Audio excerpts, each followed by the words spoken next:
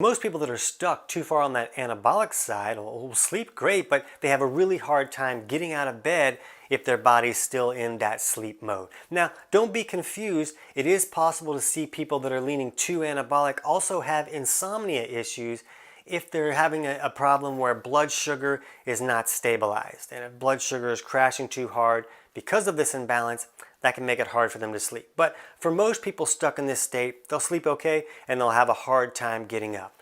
So other markers that we may see in this, what we call an anabolic imbalance, are the person might have to get up to pee a lot in the middle of the night, or they may be constipated. Both of these things can happen because in this anabolic state, the body likes to send more of our water to the kidneys and less to the bowels. So the person's peeing all night and then the bowel gets a little bit harder and dry. Those are two markers that are very common to see in this overly anabolic state. Anxiety is another one, and a racing heart rate can be another one. So there's a variety of markers that you can look at and say, oh yeah, maybe I'm leaning too anabolic and maybe this is the reason it's so hard for me to get out of bed. There's a wide variety of factors that could push a person too far into this anabolic state or make it too difficult for them to switch back and forth between the anabolic and catabolic from day and night like they're supposed to.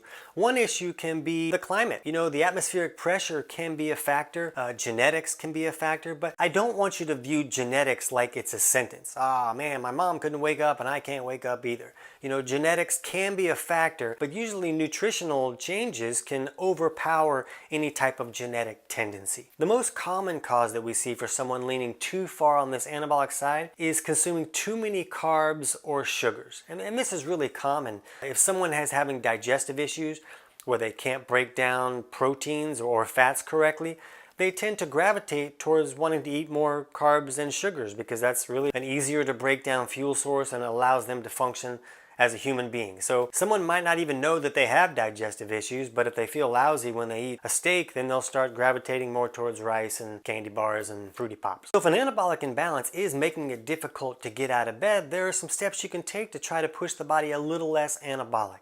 Some foods that could help are eggs that are cooked hard, like scrambled eggs or hard-boiled eggs. You don't want to have the yolk being runny because a runny yolk can actually push a person more towards the anabolic side. So if you're going to have eggs, they should be cooked hard. Salmon can also be a great choice, and so can olive oil. And if you're going to try to consume foods that are going to push you less anabolic, it's great to do that during the day when the body should be in that catabolic state. Why not work with your natural circadian rhythm and push the body more catabolic when it's intended to be catabolic?